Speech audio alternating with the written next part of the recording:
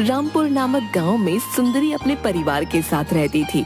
उसके परिवार में उसका पति भीखू और बेटा अंकित और बेटी प्रिया है। सुंदरी और भीखू दोनों बहुत गरीब थे।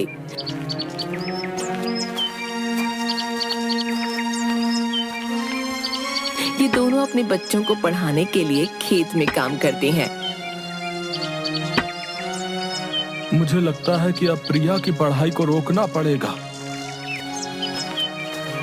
क्योंकि अब दोनों का कॉलेज जाने का समय आ गया है। पूरे गांव में किसी के बच्चे भी पढ़े लिखे नहीं हैं। सिर्फ हमने ही बच्चों को पढ़ाया है, लेकिन अब बीच में पढ़ाई से रोकना ठीक नहीं है।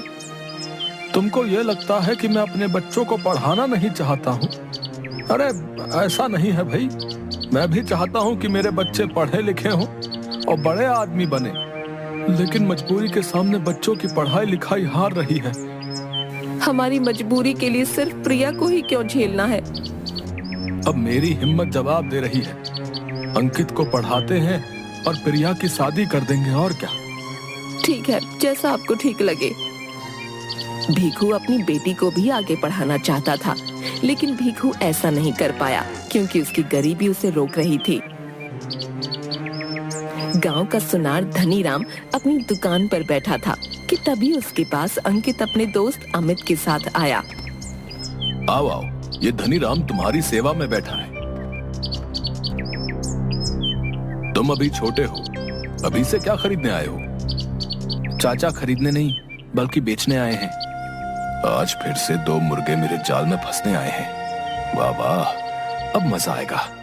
और धनीराम इसीलिए ही तो यहाँ बैठा है, ताकि ऐसे मुर्गे काट सकूं। क्या हुआ चाचा, आप इतना मुस्कुरा क्यों रहे हैं? क्या?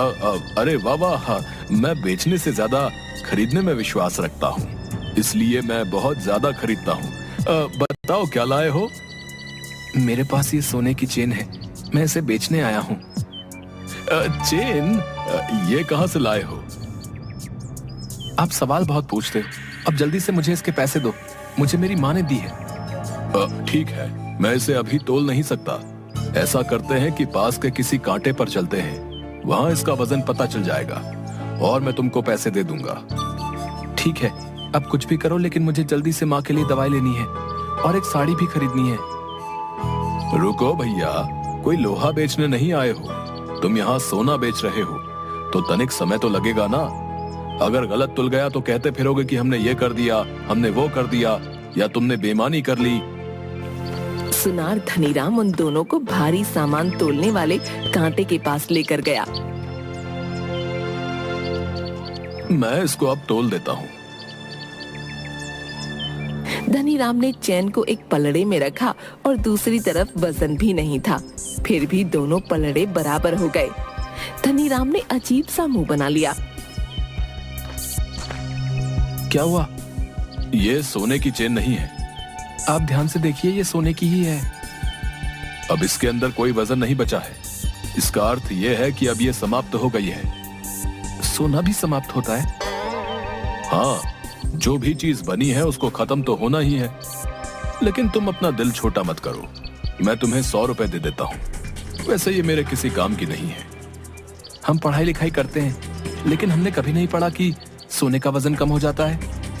तुम किताबें पढ़ते हो, लेकिन ये हमारा खानदानी काम है, इसलिए हमने सोने के साथ जिंदगी को भी पढ़ा है और तुमको अपने अनुभव से बता रहा हूँ। ठीक है। इसका मतलब मेरे पासे सीधे पड़ गए। बेचारे मेरे काबू में आ ही गए। धनीराम ने 25,000 का माल 100 रुपए में खरीद लिया। अंकित और अमित दोनों दुखी मन से घर चले गए, लेकिन अंकित इस बारे में बहुत ज्यादा सोच रहा था। पिताजी, वो सोने की चेन जो सुनार को बेचने के लिए दी थी, उसका तो सोना खत्म हो गया है। सुनार ने उसके ये 100 रुपए दिए हैं। क्या? वो बेईमान धनीराम पूरी सोने की चेन ठग गया? इससे सारे गांव वाले परेशान हैं। चलिए पिताजी, पुलिस को बुलाते हैं, उन्हें सब बता देंगे। नहीं बेटा, इससे पहले कई लोगों ने शिकायत की, लेकिन बिना सबूत के कोई फायदा नहीं। वो बेईमान धनीराम बच निकलता है। इसको कभी ना कभी तो सबक सिखाऊंगा।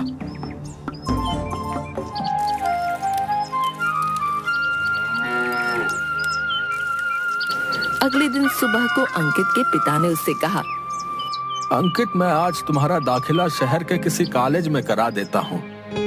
पापा, लेकिन इतने पैसे कहाँ से आएंगे? तुम्हारी माँ ने अपने सारे गहने धनीराम के पास गिरवी रख दिए हैं। जब तुम पढ़ाई कर लोगे या हमारे पास पैसे हो जाएंगे, हम वो वापस लाकर प्रिया की शादी करा देंगे। लेकिन पापा, वो बेईमान है और आपने माँ के गहने। बेटा, कोई और चारा नहीं था। तुम पढ़ाई पर ध्यान देना, इसके अलावा तुम्हें कुछ भी नहीं सोचना है। ठीक है माँ, लेकिन मैं ये कहना चाहता हूँ कि प्रिया को कॉलेज न सही तो कम से कम घर से पढ़ने दीजिए। ठीक है बेटा, जैसा तुम्हें ठीक लगे। अंकित शहर में पढ़ने चला गया।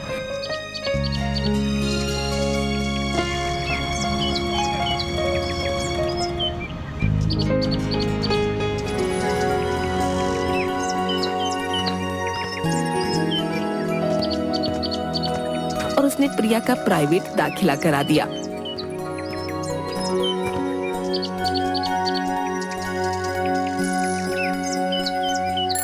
जब भी अंकित घर आता, प्रिया के लिए किताबें और पत्रिकाएं लेकर आता। प्रिया की तैयारी भी सही चल रही थी। कुछ साल बाद भीखू और सुंदरी खेत में काम कर रहे थे।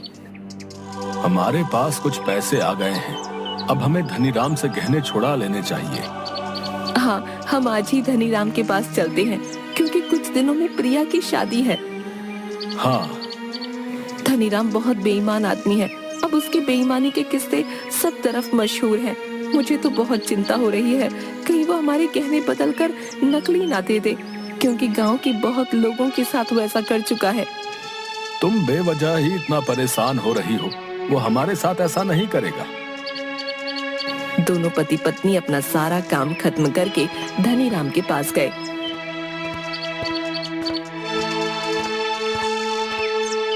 आइए आइए, और बताइए आज क्या बेचने आए हो?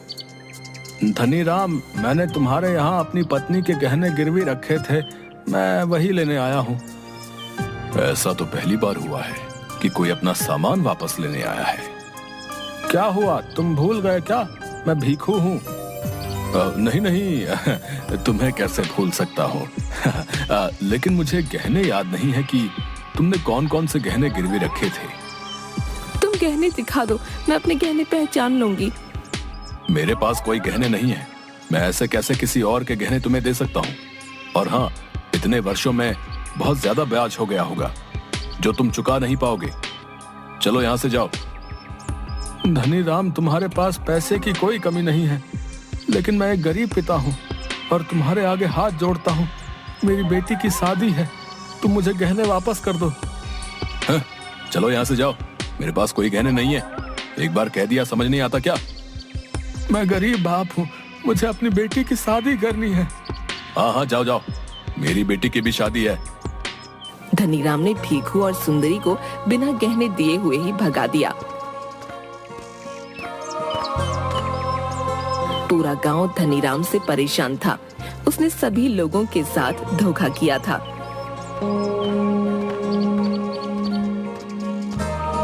अब हम अपनी बिटिया की शादी कैसे करेंगे, कुछ समझ नहीं आ रहा। इस बेईमान सेठ को हम गरीबों को लूट कर क्या सुकून मिलता है। आप परेशान मत होइए, भगवान सब ठीक करेंगे। हमारा सही समय भी आएगा और इस सेठ को सबक भी मिलेगा। धनीराम अपनी बेटी के विवाह से एक दिन पहले सारे गांव को दावत पर बुलाता है। सभी लोग अमीरों की शादी देखने और अच्छा खाना खाने जाते हैं। सब कुछ अच्छे से चल रहा था।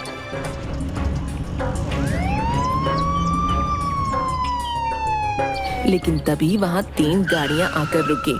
सभी हैरान हो गए। कौन आया है? कौन है?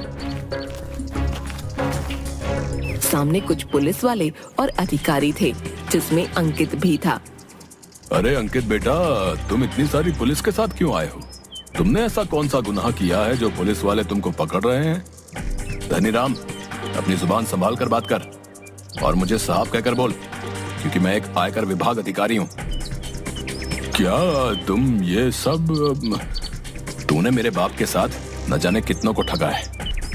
मैं आज तेरा हिसाब करने आया हूँ।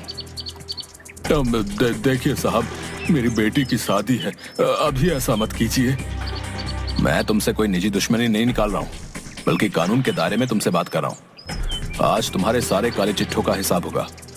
मुझे माफ कर दीजिए, मैं तुम्हारे आगे हाथ जोड़ता हूँ, मैं तुम्हारे पैर पड़ता हूँ। मैं कुछ नहीं करूँगा, मैं सभी का धन वापस कर दूंगा। कोई भी उसकी बात नहीं सुनता।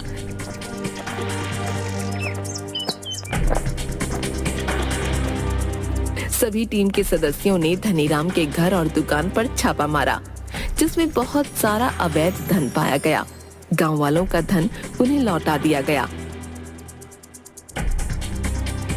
अंकित ने धनीराम की बेटी की शादी कराई और फिर अपनी बहन की शादी भी धूमधाम से करा दी। धनीराम को सबक मिल चुका था।